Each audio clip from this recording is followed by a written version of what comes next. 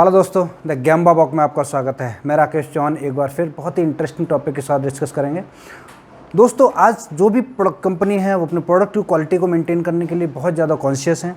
इसीलिए जब भी प्रोडक्ट की क्वालिटी को मेंटेन करते हैं तो आपकी cost of quality, overall cost of quality बहुत ज़्यादा बढ़ जाती है। इससे आपकी ओवरऑल प्रॉफिटेबिलिटी पे इम्पैक्ट पड़ता है। तो आज हम इसी कॉस्ट ऑफ क्वालिटी की बात करेंगे। कॉस्ट ऑफ क्वालिटी क्या होती है और इसके क्या क्या फैक्टर्स होते हैं, उसको कैसे हम कम कर सकते हैं जिससे कि हमारा जो प्रॉफिटेबिलिटी मेंटेन रहे।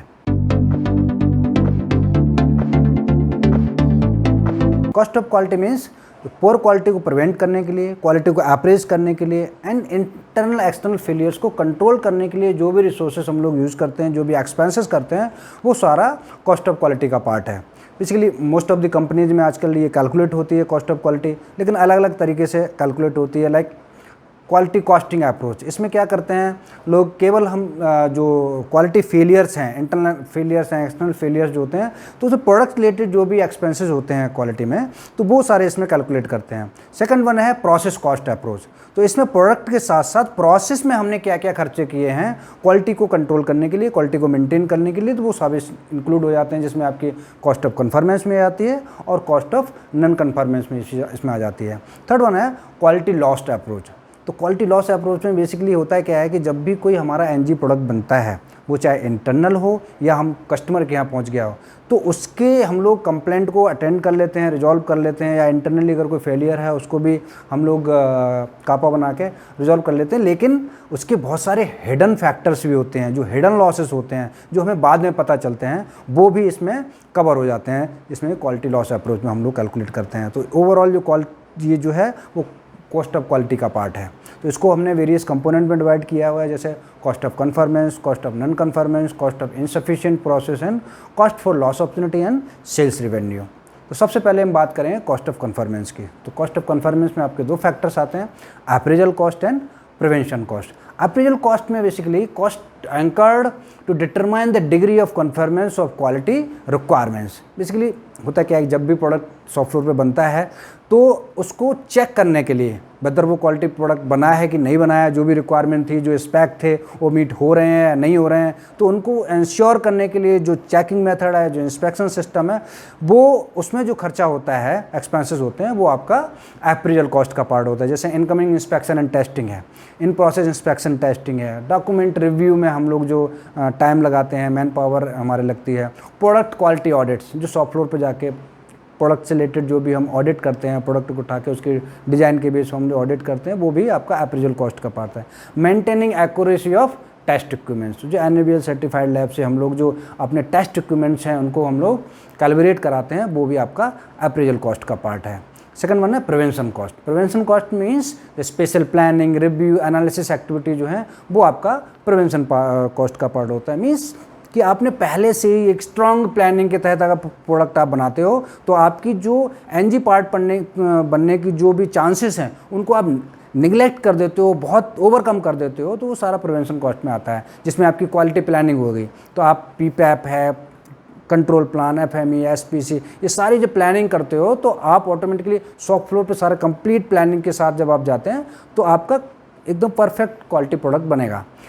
न्यू प्रोसेस रिव्यू है, प्रोसेस प्लानिंग है, प्रोसेस कंट्रोल्स लाइक सॉफ्टवेयर पे आपने पोका लगा दिए ऐसे, या मिस्टेक प्रूफिंग डिवाइसेस लगा दी, जिससे आपकी एनजी पार्ट बनने की चांसेस बिल्कुल ज़ीरो हो जाते हैं। Quality system audit like IATF है या अदर सिस्टम्स, इसके बेस पे जो भी आप सॉफ्टवेयर पे ऑडिट करते हैं, ये सारा आपका प्रिवेंशन कॉस्ट का पार्ट है। लास्ट वन है ट्रेनिंग। ट्रेनिंग बहुत इंपॉर्टेंट है। बेसिकली जब भी आपके यहाँ जो भी सिस्टम्स लगे हैं, जो आपकी टेक्नोलॉजी लगी हुई है, उसके बारे में शॉप फ्लोर पे लोगों को अगर अवेयरनेस नहीं होगी तो भी आपको दिक्कत है, तो आपका चांसेस हैं कि आपके गलत प्रोडक्ट बन जाए। इसलिए जो ट्रेनिंग पार्ट है वो बहुत ज़्यादा स्ट्रॉन्ग होना चाहिए। जो भी आपके सिस्टम है, प्रोसेस रिलेटेड, प्रोडक्ट्स रिलेटेड, आपकी ट्रेनिंग जो है बार बार होनी चाहिए। शॉप फ्लोर पे सारे लोगों को इसके बारे में अवेयरनेस होनी चाहिए। तो ये सारा प्रिवेंशन कॉस्ट का पार्ट है। सेकंड वन है कॉस्ट ऑफ नॉन कन्फर्मेंस।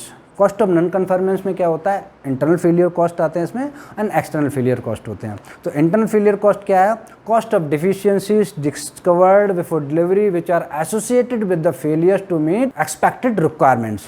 तो बेसिकली जो भी प्रोडक्ट आपने बनाया उसको डिलीवरी होने से पहले कंपनी के अंदर आपने उसको पकड़ लिया, है ना, उसको एनालाइज किया, तो वो सारा इंटरनल फेलियर कॉस्ट में आता है, जिसमें आपके स्क्रैप, अब आपका ऐसा एनजी पार्ट बन गया जिसको कि आपको स्क्रैप करने के अलावा कोई चांस ही नहीं, तो वो सारे इसमें आपका क्या होता है, लेबर कॉस्ट है, आपका मटेरियल कॉस्ट है, अदर ओवरहेड्स हैं, जो भी एक्सपेंसेस हैं वो सारे वेस्ट हो जाते हैं बिकॉज उनका रिकवर नहीं कर पाते, ये सारा स्क्रैप का। रिवर्क है तो रिवर्क में भी आपका लॉस होता है बिकॉज आप उसी प्रोडक्ट को जो बना चुके हैं उसको दोबारा रिवर्क करते हैं, दोबारा आप प्रोसेस करते हैं, दोबारा टाइम लगाते हैं, रिसोर्सेज यूज़ करते हैं।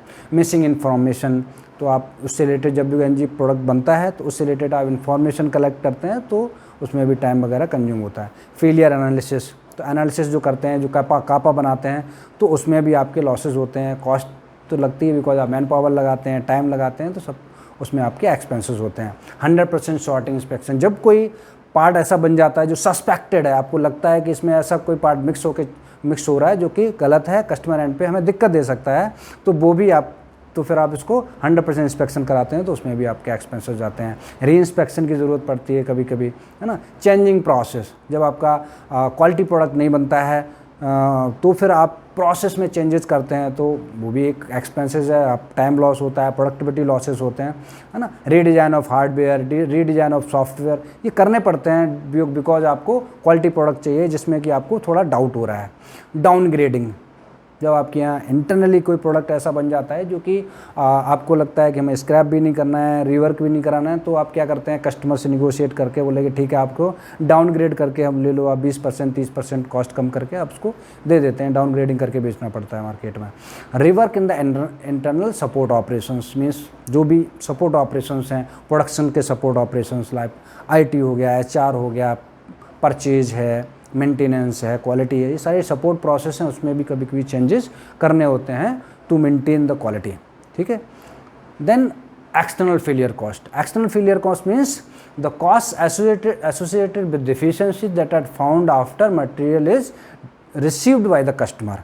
तो कस्टमर के पास जब पहुंच गया, गलत बना, अपने एंड पे नहीं पकड़ा गया और आपको डिलीवर हो गया कस्टमर एंड पे, वो आपका एक्सटर्नल फेलियर कॉस्ट में आएगा। एक्सटर्नल फेलियर मतलब कंपनी के बाहर का मैटर, ठीक है।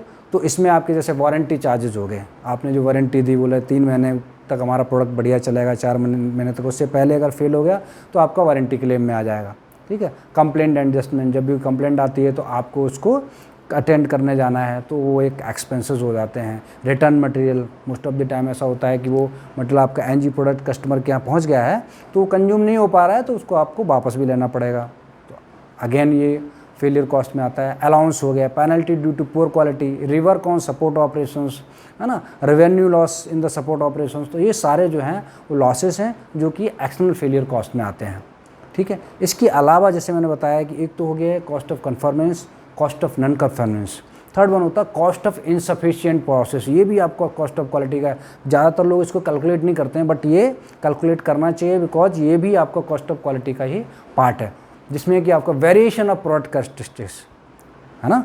तो जो मशीन्स हैं आपकी वो इतना ज़्यादा वेरिएशन है कि उसमें क्वालिटी प्रॉब्लम्स आ सकती हैं, बहुत ज़्यादा वेरिएशन है, आपका टॉलरेंस जो है वो मीट नहीं कर पा रहे हैं, एक तो वो हो गया।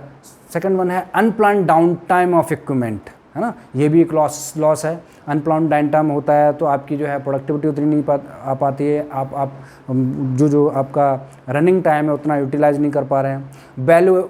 नॉन वैल्यू एडिंग एक्टिविटीज़ बहुत सारी हो रही हैं, तो वो भी आपकी प्रोडक्टिविटी को इम्पैक्ट करती हैं, तो ये भी आपका, बिकॉज आप क्वालिटी को मेंटेन करने के लिए सब कर रहे हैं ना, आपके डाउन टाइम हो रहा है, non value adding activity add हो रही हैं बिकॉज आपको क्वालिटी को मेंटेन करना है, तो ये सारा क्या है ओवरऑल कंपनी के लॉसेस में जाता है।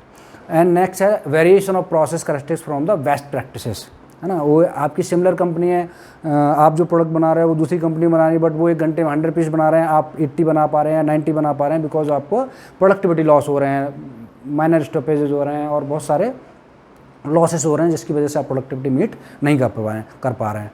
तो ये सारा जो है कॉस्ट ऑफ क्वालिटी का ही पार्ट है। फोर्थ वन है, जैसे मैंने बताया कि जो हिडन लॉसेस होते हैं, जो आपके फेलियर्स हुए, एनजी प्रोडक्ट बनाए, तो जिसकी वजह से आपने सारा एडजस्टमेंट कर दिया, आपने कंप्लेंट अटेंड कर ली, इंटरनल जो भी इशूज़ थे उनको आपने कापा तैयार किया, सब कुछ कर लिया, लेकिन उसके अलावा बहुत सारे हिडन लॉसेस होते हैं जो कि हमें बाद में पता चलते हैं, जिसमें आपका होगा पोटेंशियल लॉस सेल, देखिए जब आपके यहाँ बार बार प्रॉब्लम्स आएगी कस्टमर एंड पे तो आपका बिजनेस पे भी इम्पैक्ट आता है, ठीक है। Cost of redesigning of product, cost of changing process due to inability to meet requirement. जैसे मैंने आपको बताया कि जब भी कोई एनजी प्रोडक्ट बनता है या सस्पेक्टेड प्रोडक्ट बनता है तो हम प्रोसेस में चेंजेस करते हैं, तो ये प्रोसेस चेंजेस करते हैं तो उसका इम्पैक्ट आपको प्रोडक्टिविटी पे भी आएगा और अदर फैक्टर्स पे भी आता है। Cost and down time, allowance of rework and scrap during production, allowance in time standard for the scrap, extra material purchase. जब आप देखिए होता क्या है कि जब आपका सस्पेक्टेड मटेरियल बनता है, आपको कॉन्फिडेंस कम हो जाता है अपना प्रोसेस में, तो फिर आप क्या करते हैं, बोले कि 1000 पीस बनाने हैं तो 1000 पीस की चक्कर में आप 1200 पीस बनाने का प्लानिंग करते हो। बोले 1200 बनाओ तो कम से कम 1000 पीस ओके कस्टमर के पास पहुंचेंगे, तो आप 200 पीस का फिर रिसोर्सेस अरेंज करते हैं, उसमें एक्स्ट्रा मटेरियल परचेज करते हैं, एक्स्ट्रा मैन पावर लगाते हैं, ऐसा एक्स्ट्रा मशीन यूटिलाइज करते हैं। तो ये सारे जो हैं वो लॉस हैं जो कि आपको कॉस्ट ऑफ क्वालिटी का पार्ट है। एक्स्ट्रा प्रोसेस इक्विपमेंट कैपेसिटी, सो ये सारे आपका कॉस्ट ऑफ क्वालिटी का पार्ट है। देखिए एक इसमें एक हमारा जो सेशन रहता है वो यही रहता है कि कॉस्ट ऑफ क्वालिटी के मैटर में कि हम लोग जो बात करते हैं वो बात करते हैं, मोस्ट ऑफ द कंपनीज ये बात करते हैं इंटरनल एक्सटर्नल फेलियर्स की, कि साहब कितना रिजेक्शन हुआ, कितना रिवर्क हुआ, तो उस पर बात करती हैं, उसकी कॉस्टिंग कैलकुलेट करते हैं। एंड देन इसमें ओवरऑल कॉस्ट ऑफ क्वालिटी की बात करें तो उसका प्रिवेंशन कॉस्ट भी आता है, अप्रेजल कॉस्ट भी आता है, लेकिन आपको सबसे ज़्यादा काम करना है किस पे, prevention cost and appraisal cost पे। जब आप प्रिवेंशन एंड अप्रेजल कॉस्ट पे काम करेंगे तो ऑटोमेटिकली आपका internal failure cost and external failure cost कम हो जाएगा। सो दोस्तों ये टोटल कॉस्ट ऑफ क्वालिटी की बात थी। तो इससे रिलेटेड आपको कोई भी कॉन्सेप्ट क्लैरिटी में कोई दिक्कत हो, कोई क्वेश्चन, कोई क्वेरी हो तो आप कमेंट बॉक्स में लिखिए, हम लोग उस पर डिस्कस करेंगे, ठीक है। और आगे आने वाले वीडियोस बहुत अच्छे होंगे, बहुत हमने प्लान कर रखे हैं, बहुत धमाकेदार वीडियोस होंगे, तो इसको सब्सक्राइब करिए, लाइक करिए, है ना, और देखते रहिए the Gamba walk. Thank you very much.